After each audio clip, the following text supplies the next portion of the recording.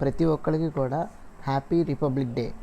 So మన భారతదేశానికి ఈరోజు చాలా ఏదేంటి ఒక స్పెషల్ డే అనుకోవచ్చు, స్పెషల్ మూమెంట్ అనుకోవచ్చు ఇది. సో అంటే మనం డెవలపింగ్ నేషన్ నుండి డెవలప్డ్ నేషన్గా మారుతున్న వైపు అడుగులు వేస్తున్న వైపుకి మన భారతదేశం వెళ్తుంది. సో దీనికి మనం ఎంతో గర్వకారణం. సో ఇలాంటి సందర్భంలో మనకి రిపబ్లిక్ డే వస్తుంది అని ప్రతి ఒక్కరికి తెలుసు. సో అలాంటి సమయంలోనే ఏవైతే మీకు తెలిసిందే, పాకిస్తాన్ వాళ్ళు కానీ బంగ్లాదేశ్ వాళ్ళు కానీ రీసెంట్గా ప్రీవియస్ కొన్ని ఫ్యూ మంత్స్ ముందు వాళ్ళు చేసిన ఏవైతే మాటలు కానీ చర్యలు కానీ ఇండియాకి ఎగనెస్ట్గా మనం ఎప్పటికీ కూడా మర్చిపోలేనివి, సహించలేనివి. ఇన్ఫ్యాక్ట్ నిజం చెప్పాలంటే ఇప్పటికీ కూడా బంగ్లాదేశ్లో హిందువుల్ని చంపి మరీ కాల్చుకు తింటున్నాను అనమాట వాళ్ళని. సో మీరు దీనికి ఏమంటారు, మీరే సమాధానం అయితే చెప్పండి. హిందువులు వాళ్ళని టార్గెట్ చేసి వెంటాడి చంపి కాల్చేయటం, చంపి పాతి పెడతాం, ఇలాంటివన్నీ చేస్తున్నారు. సో ఇలాంటి Muslim countries, radical Muslim countries వాళ్ళు హిందూస్ని ఇలా టార్గెటెడ్గా వాంటెడ్గా కిల్ చేయటం అనేది ఎంతవరకు న్యాయం అనేది మీరే చెప్పాలి. అదే ఇండియాలో జరిగితే ఎవరైనా ఒప్పుకుంటారా? ఎవరైనా సౌండ్ చేస్తారా? వాయిస్ రైజ్ చేస్తారా? చెప్పండి. ఎవరు కూడా మాట్లాడరు. ఎందుకంటే సాఫ్ట్ కార్నర్ ఎక్కువ, సెక్యులర్ కంట్రీ కాబట్టి. అదే వేరే దేశంలో లేదనుకుంటే మన దేశంలో ఎస్పెషల్లీ ముస్లిమ్స్ ఎవరికైనా ఎఫెక్ట్ అవుతే వాళ్ళ దేశం వాళ్ళు రియాక్ట్ అవుతారు, ఇక్కడ ఉన్న వాళ్ళు రియాక్ట్ అవుతారు. అదే హిందువులు అయితే మన దేశం వాళ్ళు రియాక్ట్ అవ్వరు, మన దేశంలో ఉన్న హిందువులు వేరే దేశంలో ఉండి అక్కడి నుంచి కూడా ఎవడో రియాక్ట్ అవ్వరు. సో ఈ విధంగా అయితే ఉంటుంది. ఈ ప్రక్రియలోనే మీకు ఇన్ఫ్యాక్ట్ నిజం చెప్పాలంటే నిన్నే 25న సాయంత్రం ఈ సమయంలోనే అరౌండ్ నైట్ సమయంలోనే రాజస్థాన్లోని నాగౌర్ డిస్టిక్లో హర్సర్ విలేజ్లో దాదాపు 10,000 కిలోల ఎక్స్ప్లోజివ్స్ దొరికాయి, కొన్ని డిటోనేటర్స్ దొరికాయి, దాంతోపాటు blue and red fuse wires అయితే దొరికాయి. దీంతోపాటు 9,500 kgs ఆఫ్ అమోనియం నైట్రేట్ కూడా దొరికింది. సో ఇవన్నీ కూడా ఒక బ్లాస్ట్కి బాంబ్ ఎక్విప్మెంట్ తయారు చేసి కరెక్ట్గా అనుకూలంగా ఏవైతే ఒక స్పెషల్ డే రోజున ప్లాన్ చేయటం, చేసిన దాన్ని ఎగ్జిక్యూట్ చేయటం, ఇవన్నీ కూడా ఏవైతే పాకిస్తాన్ నుంచి వచ్చిన కొంతమంది రాడికల్ ముస్లిమ్స్ కావచ్చు, కొంచెం రాడికల్ పీపుల్ అయి ఉండొచ్చు, జమ్మూ అండ్ కాశ్మీర్లో కానీ మిగతా పీపుల్ని కానీ కొంచెం వాళ్ళ వశం చేసుకొని ఈ విధంగా ఏవైతే బాంబ్ బ్లాస్ట్ తగ్గట్టుగా బాంబ్ మెటీరియల్స్ ఇవన్నీ కూడా లోకల్ మార్కెట్స్లో కొనుక్కొని అక్కడి నుంచి తెప్పించుకుంటాం కానీ ఇవన్నీ కూడా చేసి ఒక ఇంట్లో ఏదైతే హర్సూర్ విలేజ్లోని వాళ్ళ రెసిడెంట్లోనే ఈ ఎక్స్ప్లోజివ్ ఐటమ్స్ అన్నీ కూడా మెటీరియల్స్ కూడా దొరికాయి. పోలీస్ ఎలా చెప్పారంటే మీకు Nagaur superintendent of police Mridul Kachhawa garu, ఈయన పోలీస్ అనమాట, ఈయన ఎస్ఐ గారు వెళ్ళి అక్కడ ఉన్న హౌస్ అనుమానాస్పదంగా ఉంది, ఆ ఇల్లు చుట్టుపక్కల కూడా లోపల కూడా అనుమానాస్పదంగా ఉంది, మీరు పిక్చర్స్ కూడా చూడొచ్చు. So lots of explosive items అయితే వాళ్ళ ఇంట్లో దొరికాయి.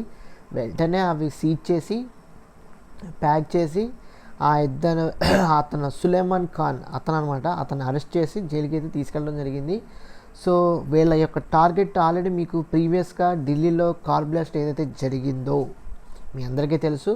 బ్లాస్ట్ అయితే జరిగింది కదా, అంటే టోల్గేట్ దాటి కొంచెం దూరం వచ్చిన సమయంలో ఆ కార్ డిక్కీలో ఉన్న ఆ బాంబ్ ఎక్స్ప్లోజివ్స్ ఏవైతే ఉన్నాయో అవి ఒకేసారి తట్టుకోలేక ఆ హీట్ నేచర్కి, ఆ ఎక్స్ప్లోజివ్ నేచర్కి, ఆ వాతావరణానికి తట్టుకోలేక ఒకేసారి బ్లాస్ట్ అయింది. అది కావాలని చేసింది కాదు, కొన్ని రిపోర్ట్స్ అయితే అవే చెప్తున్నాయి.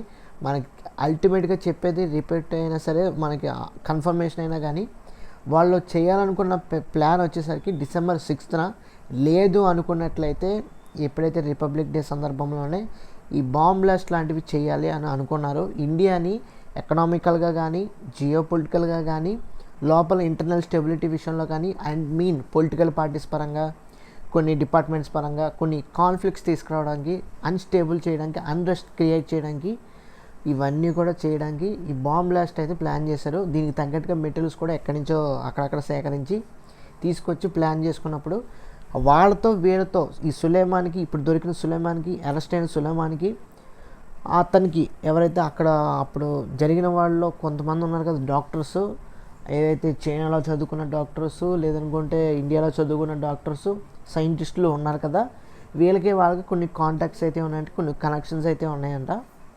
సో వీళ్ళందరూ కూడా పర్టికులర్గా రిపబ్లిక్ డే రోజున టార్గెట్ చేశారు. సో ఖచ్చితంగా ఈ టైంలో మనం అటాక్ చేస్తే, బాంబ్ బ్లాస్ట్ లాంటివి చేస్తే నేషనల్ మీడియా మొత్తం కూడా వీళ్ళని కవర్ చేస్తుంది. ఒక అన్రెస్ట్ క్రియేట్ చేయొచ్చు. ఇండియా మొత్తం కూడా రిపబ్లిక్ డే సెలబ్రేషన్ని పాడు చేయాలి, నేషనల్ సెక్యూరిటీని, వీళ్ళని అర్జెంటుగా వాళ్ళ యొక్క ట్రేడ్ మార్క్ కానీ వాళ్ళ యొక్క ర్యాంకింగ్ ఏదైతే ఉంటుందో దాన్ని డీగ్రేడ్ చేయాలి. ఈ ఉద్దేశంతోనే ఇవన్నీ చర్యలు అయితే చేశారు. బట్ మన పోలీసులు కానీ, మన ఇంటెలిజెన్స్ పీపుల్ కానీ వీళ్ళందరూ కూడా చాలా ఈజీగా అక్కడున్న హసూర్ విలేజ్లో ఉన్న ఆ ఇంట్లో, సులేమాన్ ఖాన్ ఇంట్లో ఇవన్నీ కూడా ఎక్స్ప్లోజివ్ ఐటమ్స్ ఇవన్నీ కూడా సీజ్ చేసి అతను అరెస్ట్ చేసి తీసుకెళ్ళడం అయితే జరిగింది. సో చూడండి, 10 కేజీల యొక్క ఏవైతే ఎక్స్ప్లోజివ్ ఐటమ్స్ ఉన్నాయి, 9,500 అమోనియం నైట్రేట్ ఉంది, అవి తగలట్టడానికి. దాంతోపాటు blue and red fuse wires అయితే ఉన్నాయంట. సో దేనికి కనెక్ట్ చేసి వీళ్ళు ఏ విధంగా ప్లాన్ చేద్దాం అనుకున్నారో మనకి ఏది తెలియదు, కానీ ఈ విధంగా అయితే తయారయ్యారు. Literally they are useless fellows అనమాట. అంతకుమించి ఇంక చెప్పేది ఏం లేదు. ఎందుకంటే ఇండియాని ఏదో విధంగా డిస్ట్రాయ్ చేయాలి, వాళ్ళు అదే పెట్టుకున్నారు. సో ఎందుకు ఇంకా ఇలాగే ఉంటారా, ఇంకెప్పటికీ మారరా? పాకిస్తాన్ అయినా కానీ, బంగ్లాదేశ్ అయినా కానీ వాళ్ళ యొక్క ఎకానమీస్ పెంచుకుంటాం కానీ, వాళ్ళ యొక్క ఇమేజ్ని, బ్రాండ్ ఇమేజ్ని క్రియేట్ చేసుకుంటాం కానీ, దేంట్లో కూడా వాళ్ళు ఆ కృషి అయితే చూపించట్లా. ఎంతసేపు ఇండియా మీద టార్గెట్ చేసి, ఇండియాలో ఉన్న హిందువుల మీద టార్గెట్ చేసి డిస్ట్రాయ్ చేయటం కానీ, కిల్ చేయటం కానీ, మాటలు వదలటం కానీ, బెదిరించడం కానీ, ఇవన్నీ ఎందుకు చేస్తున్నామో మనకు తెలియదు. ఒకటి మాత్రం నిజం, వాళ్ళకి నిజంగా మనస్ఫూర్తిగా మనస్సాక్షి అనేది ఉంటే మనం చేసింది ఏ విధంగా కూడా చాలా తక్కువే. వాళ్ళ మీద మనం ఏమీ కూడా మాట్లాడలేదు, మనం ఏమీ కూడా అటాక్ చేయలేదు. మనం తలుచుకుంటే వాళ్ళ దేశాలను ఆక్రమించి మన దాంట్లో కలుపుకొని వాళ్ళ మనుషులను తరివేయగలిగే కెపాసిటీ మన ఇండియాకైతే ఉంది, మన ఇండియన్ మిలిటరీకి అయితే ఉంది. కానీ ఊరుకుంటున్నాం, అవునా కదా? సో అదొకటి ఆలోచించుకోవాల్సిన అవసరం అయితే ఉంది. ఈ రోజున రిపబ్లిక్ డే సందర్భంగా మీరు చూసినట్లయితే విజువల్స్ ప్రతిదీ కూడా హ్యాపీగా, హాయిగా, చాలా సంతోషంగా మన కాన్స్టిట్యూషన్ని సెలబ్రేట్ చేసుకుంటున్నాం. మన రాజ్యాంగం రచించుకున్న రోజు ఇది, సెలబ్రేట్ చేసుకున్న రోజు, రిపబ్లిక్ డే రోజు ఇది. అలాంటి సందర్భంలో ఇలాంటి బ్లేడీ డిస్ట్రాయ్స్ చేయాలి, బాంబ్ బ్లాస్టులు చేయాలని ఎందుకు ఇలా ప్రయత్నిస్తాం మనకైతే తెలియదు. సో ఈ సందర్భంగా మనం ఏం తెలియజేసుకోవాలంటే, ప్రపంచానికి మనం ఏం చెప్పాలంటే, ఇండియా ఈజ్ ఏదైతే ప్రీవియస్ కంట్రీ అయితే కాదు, ప్రీవియస్గా కొన్ని ఇయర్స్ బ్యాక్ ఏదైతే ఒకళ్ళు చెప్పిన మాట వినటం అనేది లేదు, ఆ పరిస్థితి లేదు, పోయింది. ఇప్పుడు మన ఇండియా యొక్క సాఫ్ట్వేర్ పెరిగింది, ఇన్ఫ్లుయెన్స్ పెరిగింది, జీడిపి గ్రోత్ రేట్ ప్రతిదీ కూడా నెక్స్ట్ లెవెల్లో పెడుతున్నాం. ఒక ట్రేడ్ మార్క్ సెట్ చేస్తున్నాం, ఒక బెంచ్ మార్క్ సెట్ చేస్తున్నాం, ఒక ర్యాంకింగ్ సెట్ చేస్తున్నాం. ఇన్ఫ్యాక్ట్ మోదీ గారికి కూడా ఆయన యొక్క ఇన్ఫ్లుయెన్షియల్ పరంగా కానీ, ఆయన యొక్క బిలీవ్నెస్, ఆ క్వాలిటీ విషయంలో, ఆ బిలీవ్నెస్లో ఆయన మార్కింగ్ అనేది టాప్ లెవెల్లో అయితే ఉంది. సో హానెస్టీ, సిన్సియారిటీ ఇవన్నీ కూడా, అంటే పీపుల్కి సర్వీస్ చేయటం విషయంలో కానీ, మిగతా ఫారెన్ పాలసీ విషయంలో అందరికీ జస్టిఫై చేయటం విషయంలో కానీ మోదీ గారికి, బీజేపీ పార్టీకి చాలా ఎక్కువగానే ఉంది. ఎస్పెషల్లీ మోదీ గారికి అయితే ఆ సిగ్నిఫికెంట్ ర్యాంకింగ్ అయితే టాప్ మోస్ట్ లెవెల్లో ఉంది. ఏ లీడర్ కూడా లేదు గ్లోబల్ లీడర్స్లో. సో చూసుకోండి, ఇండియా అన్ని విధాలుగా కూడా డెవలప్ అవుతున్న సమయంలో ఇలాంటి చర్యలు చేసి అన్రెస్ట్ క్రియేట్ చేసి అన్స్టేబుల్ చేయడం అనేది ఎంతవరకు కరెక్ట్ మీరే చెప్పండి. పాకిస్తాన్ వాళ్ళు, బంగ్లాదేశ్ వాళ్ళని ఏం చేయాలో మీరే చెప్పండి. ఇప్పటికీ కూడా మీ చూడండి ఒకసారి, అల్జీరా ఆ వెబ్సైట్లో అయితే ఉంటుంది మీకు, న్యూస్ ఆర్టికల్స్లో అయితే కనిపిస్తుంది మీకు. బంగ్లాదేశ్ వాళ్ళు ఇప్పటికీ కూడా ఎందుకు మన న్యూస్లో చూడొచ్చు, మన న్యూస్లో చూస్తే తెలుస్తుంది, బంగ్లాదేశ్ వాళ్ళు ఇంకా కూడా మన హిందువుల్ని వెతికి మరి చంపుతున్నారు. చూడండి మరి పరిస్థితి అలా ఉంది. సో అంటే నాకు బాగా అనిపిస్తుంది, ఎందుకంటే మనం ఎవరైనా చంపితే అది ఇబ్బంది అవుతుంది, మనం మంచి చేయట్లేదు, తప్పు చేస్తున్నాం అని ఫీలింగ్ లేదు. మన సెక్యులర్ కంట్రీ అన్నప్పుడు అందరికీ గౌరవం ఇస్తున్నాం, అందరినీ కలుపుకొని వెళ్ళిపోతున్నాం మనం. అది కదా లైఫ్ అనేది, అది కదా జీవితం అనేది, అలాగే కదా వెళ్ళాలి. వీళ్ళు ఎందుకు ఇలాగ తయారయ్యారు? మనం ఏదో ఇన్ఫ్లుయెన్స్ చేస్తున్నట్టు, మనం ఏదో వాళ్ళని పట్టుకుని లాగుతున్నట్టు ఎందుకు అలా ఫీల్ అయ్యి మన హిందువుల్ని అక్కడ డిస్ట్రాయ్ చేయడం అనేది, కిల్ చేయడం అనేది ఎంతవరకు న్యాయమో మీరే చెప్పండి. నెక్స్ట్ విషయం మనం మాట్లాడుకున్నట్లయితే యూరోపియన్ యూనియన్ కానీ మన ఇండియా కానీ ట్రేడ్ డీల్ ఏదైతే డావోస్లో వరల్డ్ ఎకనామిక్ ఫోరంలో ఎవరైతే యూరోపియన్ కమిషన్ ఆవిడ ఉంది కదా, ఉర్సులా వోండర్ ఆవిడ ఉంది కదా. సో ఆవిడ బేసికల్గా ఆవిడ అక్కడ డావోస్లో ఆ స్టేజ్ మీద మదర్ ఆఫ్ ఆల్ డీల్స్ అని చెప్పింది. I will travel to India. There's still work to do, but we are on the cusp of a historic trade agreement. Indeed, some call it the mother of all deals. One that would create a market of 2 billion people, accounting for almost a quarter of global GDP. And crucially, that would provide a first mover advantage for Europe, with one of the world's fastest growing and most dynamic continents. Europe wants to do business with the growth centers of today and the economic powerhouses of this century, from Latin America to the Indo-Pacific and far beyond. Europe will always choose the world, and the world is ready to choose Europe. India and EU ఈ trade deal అనేది historic moment create చేస్తుందని చెప్పేసి ఆవిడైతే అక్కడ డెవోస్లో చెప్పింది. దానికి తగ్గట్టుగానే ఇండియాకి అయితే వచ్చింది. సో ఇండియాకి వచ్చిన తర్వాత ఇక్కడ మనం విజువల్స్ అయితే మీరు చూడొచ్చు. సో ఇదే సమయంలో ఆవిడ వచ్చింది కాబట్టి రిపబ్లిక్ డే సందర్భంగా కూడా ఆవిడ పార్టిసిపేట్ చేస్తుంది. ఆవిడని గార్డ్ ఆఫ్ హానర్గా ఆవిడకి సన్మానం చేసుకుంటాం కానీ, గౌరవించడం కానీ ఇవన్నీ కూడా మన ఇండియా తరపున చేస్తున్నాం. దీనికి తగ్గట్టుగానే ట్రంప్ టారిఫ్స్ కానీ, ట్రంప్ ఎఫెక్ట్ కానీ చాలా ఎక్కువగా అయితే ఉంటుంది. అటు యూఏలో కానీ, అంటే యూరోపియన్ కాంటినెంట్ మొత్తం కూడా ఎఫెక్ట్ అవుతుంది ట్రంప్ యొక్క టారిఫ్స్ మీద. ఎందుకంటే గ్రీన్లాండ్ ఇవ్వట్లేదని ఒక ఇష్యూ ఏదైతే ఉందో ఇదంతా కూడా జరుగుతుంది. అగెనిస్ట్గా ఏవైతే యూరోపియన్ కాంటినెంట్లో ఉన్న కంట్రీస్ ఏవైతే ఫ్రాన్స్ కానీ, జర్మనీ కానీ, డెన్మార్క్ కానీ, ఆ గ్రీన్లాండ్ కానీ, ఇంకా మిగతా కంట్రీస్ ఏవైతే ఉన్నాయో ఇవన్నీ కూడా అగెనిస్ట్గా ట్రంప్తో మాట్లాడటం వల్ల, ఇన్ఫ్యాక్ట్ కెనడా కూడా ట్రంప్కి ఎగనెస్ట్గా కొన్ని మాటలు కానీ, చర్యలు కానీ చేయటం వల్ల ట్రంప్కు మండి ట్రంప్ ఒక ట్వీట్ అయితే చేశాడు తన యొక్క ఏదైతే ట్రూత్ సోషల్ మీడియాలో. సో చూడండి, అంటే కెనడా అనేది ఖచ్చితంగా ట్రంప్ యొక్క ఆధీనంలో లేదు, ట్రంప్ యొక్క కంట్రోల్లో లేదు అన్నట్టుగానే మాట్లాడుతున్నాడు. ఇన్ఫ్యాక్ట్ చెప్పాలంటే ట్రంప్ వల్లే, అమెరికా వల్లే కెనడా నడుస్తుంది, ముందుకెళ్తుందని చెప్తున్నాడు ఆయన. చూడండి మరి ట్రంప్ యొక్క ఈగో చూడండి, ట్రంప్ యొక్క యాటిట్యూడ్ చూడండి. సో ట్రంప్ గురించి మనం ఎంత చెప్పినా చాలా తక్కువే. మనం ఎక్కువ అనవసరంగా మాట్లాడుకోవడం వేస్ట్ అనుకోవచ్చు. ఎందుకంటే ఆయనకున్న ఆ యాటిట్యూడ్ కానీ, ఆ ఈగో కానీ, ఆ యొక్క యూఫోరియా కానీ అది అంతా కూడా మీ అందరికీ తెలుసు. ఎన్నో విజువల్స్లో చూశారు, ఎన్నో వీడియోస్లో చూశారు. నేను ప్రత్యేకంగా చెప్పాల్సిన అవసరం అయితే లేదు. సో కెనడా ప్రైమ్ మినిస్టర్ని వేసుకుంటాం కానీ, మిగతా యూకే ప్రైమ్ మినిస్టర్ని వేసుకుంటాం కానీ, మిగతా వాళ్ళందరినీ వేసుకుంటూనే ఉంటున్నాడు ఆయన. సో ఈ కాన్ఫ్లిక్ట్లో, ఈ యొక్క టెన్షన్లో EU మొత్తం కూడా ఇండియాతో ట్రేడ్ డీల్ అనేది సెట్ చేసుకుంటాం అనేది ఒక historic moment, mother of all deals. So ఈ డీల్స్ ప్రకారంగా ఇక్కడ ట్రంప్ ఎఫెక్ట్ అనేది ఎంతవరకు ఉండొచ్చు అంటే, మీ అందరికీ తెలిసిందే US అనేది బిగ్ ప్లేయర్. ఎందుకంటే బిగ్ బిజినెస్ పార్ట్నర్ ప్రతి కంట్రీకి కూడా. ఇండియాతో కూడా one of the biggest partner. So EUతో కూడా అయి ఉండొచ్చు. సో ఇదంతా కూడా ఉన్నా కానీ EUకి, ఇండియాకి ఇంపోర్ట్ గూడ్స్ ఏవైతే హైయెస్ట్ టారిఫ్స్ వేయటం వల్ల మ్యాక్సిమం నష్టపోయే అవకాశం చాలా ఎక్కువగానే ఉంటుంది. ఎందుకు అని అన్నట్లయితే ట్రంప్ యొక్క టారిఫ్స్ అనేవి బోత్ కంట్రీస్ ఏవైతే EU అంటే యూరోపియన్ యూనియన్ కానీ, ఇండియాకి కానీ చాలా మోస్ట్ ఎఫెక్టివ్ అనేది ఉంటుంది. ఎందుకు అని అన్నట్లయితే ఎక్స్పోర్టర్స్ కానీ, ఇంపోర్టర్స్ కానీ చాలా ఎక్కువగా ఎఫెక్ట్ అవుతారు. సో ఈ బేసిక్స్, ఈ టెక్నికల్గా మనం మాట్లాడుకున్నట్లయితే నెక్స్ట్ వీడియోలో అయితే మనం కొంచెం డీప్గా అయితే మీకు చెప్పడానికి అయితే ట్రై చేస్తాను. ఈ వీడియో అయితే మామూలుగా ఫస్ట్గా చెప్పడానికి అయితే ప్రయత్నిస్తాను. సో ఈ టారిఫ్స్ ఏవైతే ఉన్నాయో అవి ఏ కంట్రీకైనా చాలా ఎక్కువగా ఎఫెక్ట్ అయ్యే అవకాశం అయితే ఉంటుంది. ఎందుకంటే యూరోప్ మీద అబౌట్ 10%, 25% దాకా నేను టారిఫ్ చేస్తానని చెప్పేసి బెదిరిస్తున్నాడు ఆయన. సో నాటో వీళ్ళందరూ కూడా మొత్తం వెళ్ళి ఆ 10% ఏదైతే టారిఫ్ ఉందో దాన్ని క్యాన్సిల్ చేసుకుంటాను, ఇవన్నీ కూడా మాటలైతే వచ్చినాయి.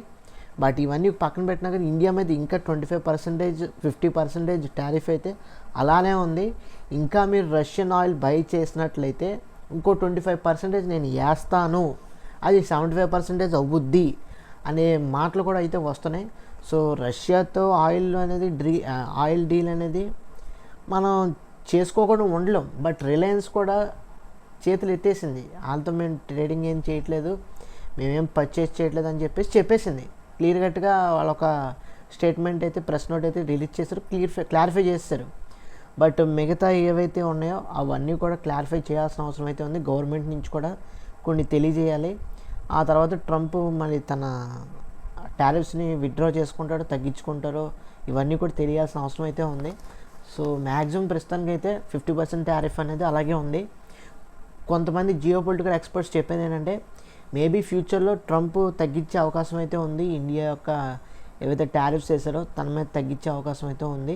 ఎందుకంటే మనం కూడా ఈ అమెరికా యొక్క హార్టికల్చర్లో ఐ మీన్ ఏవైతే పల్సెస్ ఏవైతే ఉంటాయో ఆ గ్రెయిన్స్ ఏవైతే వాటి మీద మనం 30% టారిఫ్ వేసాం. సో దానికి కూడా చాలామంది అమెరికాలో ఉన్న ప్రెసిడెంట్ని పీక్ లెవెల్ తింటున్నారు అనమాట. ఎందుకంటే వాళ్ళు తట్టుకోలేకపోతున్నారు మనం వేసిన టారిఫ్స్కి. సో ఈ విధంగా అయితే ఉంటుంది. యూరోపియన్ యూనియన్కి ఇండియాకి ట్రేడ్ డీల్ కుదిరితే మట్టికి డెఫినెట్గా మార్కెట్ సైజ్ అనేది చాలా ఎక్కువగానే ఎక్స్పాండ్ అవుతుంది, అందులో డౌట్ అయితే లేదు. ఇంక్రీజ్ చాలా పీక్ లెవెల్లో అవుతుంది. రెండోది అసలు జియోపొలిటికల్గా చాలా బెనిఫిట్స్ అయితే ఉంటాయి. ఎందుకంటే ఒక షిఫ్ట్ వేవ్ అనేది వచ్చినట్లయితే డెఫినెట్లీ ఒక కొత్త లెవెల్ ఆఫ్ ఒక జియోపొలిటికల్ ట్రెండ్ సెక్టర్ అయితే అవుతుంది.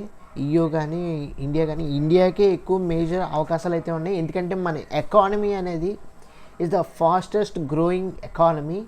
సో జీడిపి పరంగా చూసుకున్నా కానీ, గ్రోత్ రేట్ పరంగా చూసుకున్నా కానీ మన India is the most powerful and growing partner కింద ఉంటుంది ఏ కంట్రీకైనా సరే. ఎందుకంటే మన యొక్క ఎకానమీ ఆ లెవెల్లో ఉంది. సో ఎవరైనా సరే, ఇప్పుడు చైనా అయినా కానీ, రష్యా అయినా కానీ, EU అయినా కానీ, అమెరికా అయినా కానీ, మిడిల్ ఈస్ట్ అయినా కానీ ఇండియాతో వాళ్ళు టైఅప్ అయ్యి ఈ ఫ్రీ ట్రేడ్ అగ్రిమెంట్ చేసుకున్నట్లయితే, FTA చేసుకున్నట్లయితే డెఫినెట్లీ ఇండియాకి చాలా బెనిఫిట్ అవుతుంది. మిగతా కంట్రీస్ కూడా బ్యాలెన్స్డ్ ఆ ఎకానమీ అనేది సెట్ అవుతుంది, స్టేబుల్గా ఉంటుందన్నమాట ఎకానమీస్ అనేవి. సో డెఫినెట్లీ ఫ్యూచర్లో ఈ ఎకానమీ అనేది ఎక్కువగా ప్రొజెక్ట్ అవుతుంది. సో అలాంటి సమయంలో డెఫినెట్లీ మనం చూపిస్తాం వాళ్ళ యొక్క గ్రోత్ రేట్ కానీ, మన యొక్క గ్రోత్ రేట్ కానీ, మనం డెవలపింగ్ నేషన్ నుండి డెవలప్డ్ నేషన్గా వెళ్ళే అవకాశం అయితే చాలా ఎక్కువగానే కనబడుతుంది. కానీ కాన్స్టెంట్ గవర్నమెంట్ అనేది ఉండాలి. ఇక్కడ కొంతమందికి కొన్ని ఆలోచనలు అయితే, కొన్ని డౌట్స్ అయితే వస్తాయి. ఇప్పుడు మోదీ గారు మన ఇండియా EUతో ఎక్కువ టైఅప్ అవుతుంటే, ఎక్కువగా ఫ్రెండ్షిప్ చేసుకున్నట్లయితే మరి న్యూట్రల్ పర్స్పెక్టివ్లో కానీ చైనాకి రష్యాకి కొంత దూరం అవటం కానీ ఇలాంటివన్నీ కూడా ఉంటాయి కదా అంటే కుదరదు, ఆ ఛాన్స్ అయితే లేదు. ఎందుకన్నట్లయితే ఇండియా ఎప్పటి నుంచో వెస్ట్ని కానీ ఇటు మన యొక్క రష్యన్ కానీ రెండు బ్యాలెన్స్ చేస్తుంది. అమెరికా అయినా సరే, రష్యన్ అయినా సరే రెండు బ్యాలెన్స్ చేస్తుంది. చైనాతో ఫ్రెండ్షిప్ చేస్తుంది, రష్యాతో ఫ్రెండ్షిప్ చేస్తుంది, మిడిల్ ఈస్ట్ వాళ్ళతో కానీ, ఆఫ్రికా వాళ్ళతో కానీ, అమెరికా, యూరోప్ వీళ్ళందరితో కూడా ఫ్రెండ్షిప్ చేస్తూ చాలా బ్యాలెన్స్డ్గా ఇండియా అయితే చాలా ఫాస్ట్గా గ్రో అవుతుంది. ఇలాంటి వ్యాస్ట్ డైవర్స్ ఎక్కువగా ఉన్నప్పుడు ఇండియాకి ఆపర్చునిటీస్ అనేవి ఉన్నాయి కాబట్టి డెఫినెట్లీ అందరితో మింగిల్ అయ్యి ట్రేడింగ్ విషయంలో కానీ, ఎకానమీ గ్రోత్ విషయంలో కానీ ఎవ్రీథింగ్ పర్ఫెక్ట్గా అయితే ఉంటుంది. సో ఎక్కడో కూడా మనం న్యూట్రల్ పర్స్పెక్టివ్ అనేది ఎక్కడో కూడా మనం స్కిప్ అయితే చేయలేదు. మనం అది మర్చిపోయి ఏ విధంగా కూడా మనం ఒకటే విధంగా అంటే అమెరికాకి ప్రోగా అనేది ఏం లేదు. రష్యాకి మనం ప్రోయే, అమెరికాకి మనం ప్రోయే. మన ఎకానమీ వెల్ సెట్ అయ్యేంత వరకు మనం ఇలాగే ట్రావెల్ చేస్తూ బ్యాలెన్స్డ్గా ట్రావెల్ చేస్తూ ఒక మేజర్ పవర్ నుండి సూపర్ పవర్గా వెళ్ళే విధంగానే మనం అడుగులు అయితే వేస్తున్నాం. దానికి తగ్గట్టుగా మనం వెళ్ళాల్సిందే, అంతే. చాలామందికి ఇక్కడ ఉన్న ఇంకో డౌట్స్ ఏంటంటే ఈ FTA అంటే European union mother of all deals కానీ, మన ఇండియా యొక్క FTA అంటే రెండు ఏదైనా ఒకటి అనుకోవచ్చు మీరు. ఫ్రీ ట్రేడ్ అగ్రిమెంట్ ఏవైతే చేసుకుంటున్నామో మనం ఇప్పుడు యూరోపియన్ యూనియన్తో మన ఇండియా రెండు కొలాబరేట్ అయితే, సో దీనివల్ల మన అగ్రికల్చర్ సెక్టర్కి ఏదైనా మేజర్ చేంజెస్ ఉంటాయా, మేజర్ కాన్ఫ్లిక్ట్స్ ఉంటాయా, మేజర్ ప్రాబ్లమ్స్ వస్తాయా అంటే ఏమీ రావు. ఎందుకంటే మోదీ గారు చెప్పింది ఒకటే, ఫార్మర్స్కి ఫుల్ లెవెల్ ఆఫ్ ప్రొటెక్షన్ అయితే నేను ఇస్తున్నాను, ప్రొటెక్టివ్గా నేను అయితే మన అగ్రికల్చర్ సెక్టర్ని పర్సూ చేసుకొని ఆ గ్రిప్లో పెట్టుకొని ఉంచుతున్నాను. దాని మీద ఎవరు కూడా చెయ్యి వేసే అవకాశం అయితే లేదు, కన్ను వేసే అవకాశం అయితే లేదు. సో డెఫినెట్గా యూరోపియన్ యూనియన్లో ఏవైతే డైరీ ప్రొడక్ట్స్ విషయంలో కానీ మిగతా యానిమల్ విషయంలో కానీ ఏదైనా కానీ వాళ్ళే చూసుకోవాలి. మన ఇండియా మన తగ్గట్టుగా మన ఇండియన్ ఫార్మర్స్కి అన్ని విధాలుగా కూడా లాభాలు చేకూర్చే విధంగా వాళ్ళు ఏవైతే నమ్ముకుంటున్నారో భూమిని కానీ వ్యవసాయాన్ని కానీ ఏవైతే ఉంటాయో ఆవులు ఏవైతే ఉంటాయి ఇవన్నీ డైరీ ప్రొడక్ట్స్ ఏవైతే ఉన్నాయో ఇవన్నీ కూడా ఇండియన్ ఫార్మర్స్కే సొంతం. సో ఎవరో కూడా చేయి పెట్టి అందులో కలివిడిగా వెళ్ళి వాళ్ళ ప్రొడక్ట్స్ మనం వాడలేం, మన ప్రొడక్ట్స్ వాళ్ళు వాడలేదు. సో అలాంటప్పుడు ఏ విధంగా కూడా ప్రాబ్లం లేకుండా మన ఇండియా కంప్లీట్లీ అగ్రికల్చర్ సెక్టర్లో గ్రిప్లోనే ఉంచుకుంది. ఇండియాకి అగ్రికల్చర్ సెక్టర్ అనేది ఈజ్ ద నెంబర్ 1 పాయింట్ అనమాట, నెంబర్ 1 నేషనల్ ఇంట్రెస్ట్ పాయింట్ అనమాట ఇది. సో దీన్ని ఎక్కడా కూడా మనం డైవర్సిఫై చేయడానికి కానీ లేదంటే ఇంకొకరి చేతిలో పెడతాం కానీ లేదనుకుంటే ట్రేడింగ్ చేయడం కానీ ఇలాంటివి ఏమీ లేదు. సో అగ్రిమెంట్స్ లాంటివి ఏమీ ఉండవు. అగ్రికల్చర్ సెక్టర్కి అయితే ప్రాబ్లం అయితే లేదు. సో ఇక మిగతా ఫర్దర్గా ఎఫ్టీఏ సస్టైనబిలిటీ చూసుకున్నట్లయితే చాలా ఎక్కువగానే ఉంటుంది. ఇంపోర్ట్స్ కానీ ఎక్స్పోర్ట్స్ కానీ అన్ని విషయాల్లో కూడా సీ రూట్ ద్వారా ఏవైతే జరుగుతున్నాయో సో ఎవ్రీథింగ్ పర్ఫెక్ట్గా అయితే జరుగుతుంది. ఇన్ఫ్యాక్ట్ మీకు నిజం చెప్పాలి అన్నట్లయితే కరెక్ట్గా చెప్పాలి అన్నట్లయితే యూరోపియన్ యూనియన్ మన ఇండియన్ ప్రొడక్ట్స్ మీద టారిఫ్స్ అనేవి ఏమీ లేకుండా మ్యాక్సిమం మిగతా ప్రొడక్ట్స్ ఏవైతే చైనీస్ ప్రొడక్ట్స్ అయి ఉండొచ్చు, మిగతా అమెరికన్ ప్రొడక్ట్స్ అయి ఉండొచ్చు, వాటి మీద టారిఫ్స్ అనేది పెంచి మన ఇండియన్ ప్రొడక్ట్స్కి కొంచెం ఈజీగా ఒక ఈజ్ ఫ్లో అనేది డెఫినెట్గా కలిగిస్తుంది యూరోపియన్ కాంటినెంట్ అనేది. సో డెఫినెట్గా మన ప్రొడక్ట్స్ అనేవి యూరోప్లో చాలా ఎక్కువ మంది కొనే అవకాశం ఉంటుంది. చాలా ఎక్కువగానే వాళ్ళు వాడి ఎంజాయ్ చేస్తూ మన ప్రొడక్ట్స్ని రివ్యూ చేస్తూ చాలా ఎక్కువగానే ఎంజాయ్ చేసే అవకాశం అయితే ఉంటుంది. డెఫినెట్గా ఈ ఎఫ్టీఏ అనేది ఒక హిస్టారిక్ మూమెంట్, అది ఖచ్చితంగా ఇప్పుడు జరుగుతుంది. డావోస్లో ఏవైతే ఆవిడ చెప్పిందో మన ఇండియా కూడా దానికి తగ్గట్టుగా తెలుసు, వెస్ట్కి తెలుసు, యూరోపియన్ కాంటినెంట్ తెలుసు, మన ఇండియా ఒక పవర్ ఏంటో తెలుసు. సో వాళ్ళే మన దగ్గరికి వస్తున్నారు, అది మాత్రం మనం గుర్తుపెట్టుకోవాలి. సో వాళ్ళు ఎక్కడ తలపోగరు పెట్టుకున్నా కానీ మొత్తానికి మన దగ్గరికి వస్తున్నారు కాబట్టి మన ప్రోడక్ట్స్ అనేవి ఇప్పుడు ఇంటర్నేషనల్ వైడ్గా గ్లోబల్ వైడ్గా మన సత్తా ఏంటో చూపిస్తుంది, అది మాత్రం కన్ఫర్మ్. సో ఈ ట్రేడ్ డీల్ వల్ల మనకి ఎకానమీస్ అనేవి రెండూ కూడా బ్యాలెన్స్ అవుతాయి. ఎక్కడ కూడా ట్రేడ్ డిఫిషియెంట్ అయితే ఉండదు, ట్రేడ్ బ్యాలెన్స్డ్గానే మెయింటైన్ అవుతుంది. ఎందుకంటే మన ఇండియన్ ఎకానమీ చైనా విషయంలో కొంచెం ట్రేడ్ డిఫిషియెంట్ అయితే ఉంది, రష్యాతో కూడా అదే విధంగా ఉంది, అమెరికాతో కూడా అదే విధంగా ఉంది. మనకి లాస్ తప్ప ప్రాఫిట్స్ ఏమి లేవు. మిగతా కంట్రీస్ ప్రాఫిట్స్లో ఉంటున్నాయి కానీ మన ప్రాఫిట్స్ అయితే ఎక్కువగా లేవు. సో దాన్ని పూడ్చుకునే విధంగా ఇప్పుడు యూతో కూడా ట్రేడ్ బ్యాలెన్స్డ్గానే ఒక నిబంధన అయితే ట్రేడ్ డీల్ అయితే కుదుర్చుకుంటున్నారు కాబట్టి అది ఖచ్చితంగా జరుగుతుంది. ఇప్పటికీ కూడా అమెరికాతో చేయట్లేదు అన్నట్లయితే ఎందుకనంటే ట్రేడ్ డిఫిషియెంట్లోనే ఉంది, ట్రేడ్ బ్యాలెన్స్ చేసే విధంగా వాళ్ళ ట్రేడ్ అనేది ఆ డీల్ అనేది కుదించట్లా. సో అందుకే మన ఇండియా ఆ డీల్ అనేది ఇప్పటికీ కూడా కన్ఫర్మ్ చేయలేదు. ఇంకా టాక్స్ జరుగుతూనే ఉన్నాయి, డిస్కషన్స్ జరుగుతూనే ఉన్నాయి, ఇవన్నీ కూడా జరుగుతూనే ఉంటాయి. సో ఒక అల్టిమేట్గా ఒక కులిక్కి వచ్చిన తర్వాత డెఫినెట్లీ అది జరుగుతుంది. ఆ ట్రేడ్ డీల్ కూడా మీరు చూస్తారు. ఆ సంతకాలు పెడతాం కానీ ఇవన్నీ హడావుడు ఏవైతే ఉంటాయో అవన్నీ కూడా జరుగుతాయి. యూఎస్ కూడా బిగ్ బిజినెస్ పార్ట్నర్ మనందరికీ తెలిసిందే. దాంతోపాటు ప్రైజెస్ పెంచినా కానీ మనకి పెద్దగా ఎఫెక్ట్స్ ఏవైతే ఉండవు, రూల్స్ చేంజ్ చేసినా కానీ పెద్దగా ఎఫెక్ట్స్ అయితే ఉండవు. అమెరికా తన ఎకానమీని తనే డిస్ట్రాయ్ చేసుకున్న విధంగా అయితే ముందుకెళ్తుంది, అంత మించి ఇంకేం లేదు. సో EU అండ్ ఏదైతే ఇండియా ఈ ట్రేడ్ డీల్ అనేది ఖచ్చితంగా ఈ రిపబ్లిక్ డే సందర్భంగా హిస్టారిక్ మూమెంట్ అయితే క్రియేట్ చేస్తుంది, అందులో డౌట్ అయితే లేదు. ఇంకా అదేవిధంగా రిపబ్లిక్ డే సందర్భంగా మనం దీని గురించి కూడా మాట్లాడుకోవాలి కదా. పద్మ అవార్డ్స్ ఈ లిస్ట్ చూసుకున్నట్లయితే అరౌండ్ పద్మ విభూషణ్ అవార్డ్స్ అయితే 5 మెంబర్స్కి అయితే వచ్చి అందులో మనకి పాపులర్గా ధర్మేంద్ర సింగ్ డియోల్ గారు, ఆయన ఎక్స్పైర్ అయ్యారు అనుకోండి, ఆయనకైతే రావడం జరిగింది పద్మ విభూషణ్. ఇంకా పద్మభూషణ్ అవార్డ్స్ వచ్చేసరికి 13 మందికి అయితే వచ్చినాయి. అందులో మమ్ముట్టి గారికి అయితే వచ్చిందనమాట. మలయాళం స్టార్ హీరో, మన అందరికీ నచ్చిన హీరో మమ్ముట్టి గారు, ఆయనకైతే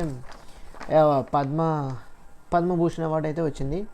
ఇంకా పద్మశ్రీ అవార్డ్స్ అయితే దాదాపు 113 అవార్డ్స్ అయితే వచ్చాయి. సో చూసుకోవచ్చు మీ స్క్రీన్ మీద అయితే నేను ఇక్కడ వేస్తున్నాను, చాలామందికి అయితే వచ్చింది. సో ఈ రిపబ్లిక్ డే సందర్భంగా అనౌన్స్ చేస్తారు పద్మ అవార్డ్స్ని. అందులో కేటగిరీస్ వైజ్గా పద్మశ్రీ కానీ, పద్మభూషణ్ కానీ, పద్మవిభూషణ్ కానీ ఇలా కేటగిరికల్గా మనకి ఇచ్చి వాళ్ళని సత్కరించుకుంటాం కానీ అవార్డ్స్ కానీ మూమెంటం ఇవన్నీ ఇవ్వటం కానీ చాలా ప్రెస్టీజియస్గా జరుగుతూ ఉంటుంది. ఒక నేషనల్ ప్రైడ్ ఇది.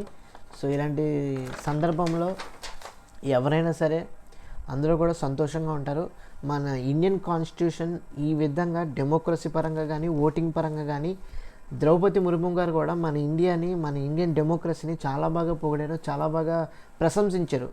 ఒక president of India Draupadi Murmu garu మన ఇండియా గురించి, మన ఇండియన్ డెమోక్రసీ గురించి, మన ఇండియన్ ఓటింగ్ గురించి, మన ప్రజల గురించి కానీ, మన పొలిటీషియన్స్ గురించి కానీ, మన గవర్నమెంట్ ఆఫ్ ఇండియా గురించి కానీ గొప్పగా చెప్పడం అనేది లిటరలీ ఫెంటాస్టిక్. సో ఇండియా ఎప్పటికి మన అందరం కూడా ఇండియా అంటే ఒక లోలో చూస్తాం కానీ ఇప్పటికైనా మారండి. ఇండియా అనేది is next level developing nation అని ఇప్పుడు నేను చెప్తున్నాను. కానీ 2047 గల వికసిత్ భారత్ మోదీ గారు చేసిన ట్వీట్ ఏదైతే ఉందో దానికి ఏదైతే అడుగులు వేస్తున్నామో ఖచ్చితంగా మనం అందుకుంటాం.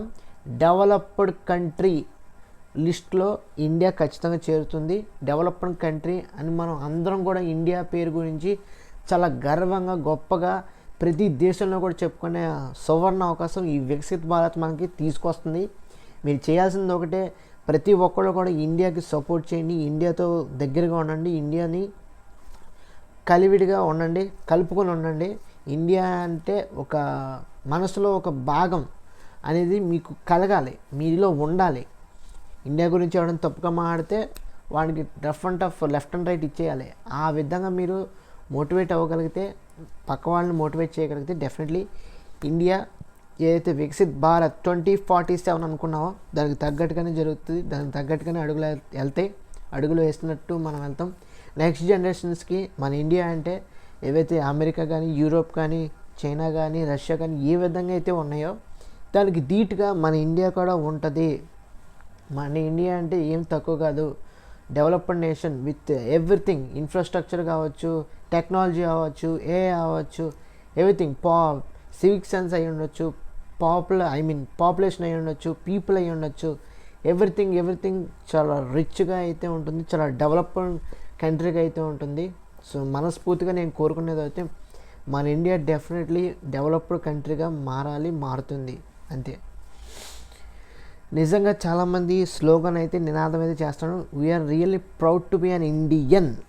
ఈ మాట మన అందరూ గుండెల్లో ఉండాలి. సో మీరు కూడా అదేవిధంగా మన స్ఫూర్తిని అయితే తీసుకోండి. సో ఇది ఫ్రెండ్స్ ఓవరాల్గా EU గురించి 10,000 ఎక్స్ప్లోజివ్స్ రిపబ్లిక్ డే సందర్భంగా వీళ్ళు చేయాలనుకున్న క్రూరత్వం కానీ ఆ పాకిస్తాన్ వల్ల అయి ఉండొచ్చు, వాళ్ళ యొక్క కనెక్షన్స్ అయి ఉండొచ్చు, స్లీపర్ సెల్స్ అయి ఉండొచ్చు, దాంతోపాటు ఏవైతే పద్మశ్రీ అవార్డ్స్ గురించి మొత్తం ఈ రిపబ్లిక్ డే సందర్భంగా సిరీస్ కింద ఇచ్చాను. పద్మశ్రీ అవార్డ్స్ అయ్యి ఉండొచ్చు, ట్రేడ్ డీల్ అయ్యి ఉండొచ్చు, ఏవైతే మన యాంటీ టెర్రరిజం తగ్గట్టుగా కొంతమంది పీపుల్ ఎవరైతే పాకిస్తాన్ వాళ్ళు ఉన్నారో వాళ్ళని అరెస్ట్ చేయడం అవ్వచ్చు, ఎవ్రీథింగ్ పర్ఫెక్ట్గా అయితే ఈ వీడియోలో సింక్ అయింది అనుకుంటున్నాను. ఈ వీడియో మీకు నచ్చినట్లయితే మీ ఫ్రెండ్స్ అందరికీ తప్పకుండా లైక్ చేయమని చెప్పండి, మీ ఫ్రెండ్స్ అందరికీ షేర్ చేయండి, వాళ్ళు ఇంకో 10 మందికి 20 మందికి షేర్ చేయమనండి. తప్పకుండా మన ఛానల్కి అయితే సబ్స్క్రైబ్ చేసుకోండి, మీ ఫ్రెండ్స్ అందరూ కూడా సబ్స్క్రైబ్ చేసుకోమనండి. ఇలాంటి ఇన్ఫర్మేటివ్ వీడియోస్ కానీ, యూస్ఫుల్ వీడియోస్ కానీ, ఫ్యాక్ట్స్ కానీ మన ఛానల్ అయితే వస్తూ ఉంటాయి. మీరు మిస్ అవ్వకుండా ఉండాలంటే తప్పకుండా ఇంకొకసారి చెప్తున్నాను, తప్పకుండా సబ్స్క్రైబ్ చేసుకుని పక్కన బెల్ ఐకాన్ అయితే ఆన్ చేసుకుని పెట్టుకోండి.